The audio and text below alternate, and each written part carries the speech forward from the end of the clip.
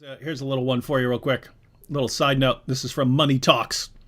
He says, why would God tell all the prophets before Jesus that I'm one and then change his mind and say, I'm three?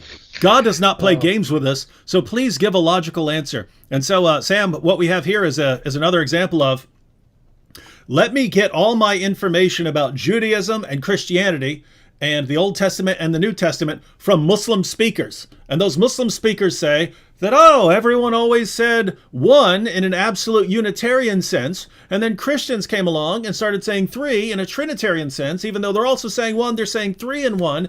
And therefore, the Christian message contradicted everything before it. Well, one question, Muslims who are listening to your guys, did you bother for even a second to actually study what ancient Jews believed and what the ancient prophets said? Or did you just listen to the same guys who lie to you about everything else they ever tell you? Who did you listen to? I just listened to my standard Muslim apologists. You mean the same guys who tell you that the Torah's been corrupted and the gospel's been corrupted, even though neither's been corrupted according to Allah? The same guys who lie to you about that? Yeah, those guys.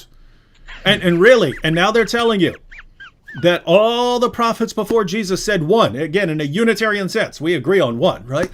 But one in a Unitarian sense, that's what all the prophets said.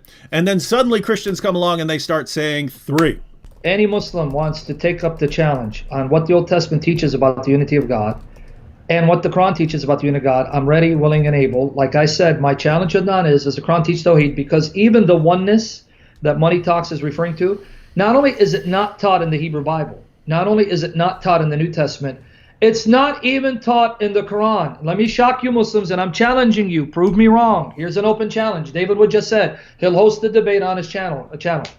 The Quran itself has its own corrupt form of a trinity. It's not the true trinity of the Bible, but it has a trinity nonetheless. In fact, it has a quadrinity if we add the hadiths, even more than that.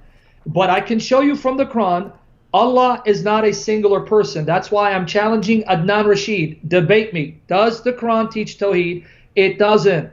You've been deceived. You've been hoodwinked. You've been, just misled. Let's do it. Let's see who's right. What do you got to fear? It's your book, right? The Quran is your book. You should have confidence to refute a kafir like me. One that the Quran says is the worst of all creatures, the worst of all beasts, right? You should be able to put me in my spot and show me that's one thing we'll refute you and decimate you on. Tawheed, it's clearly taught in the Quran.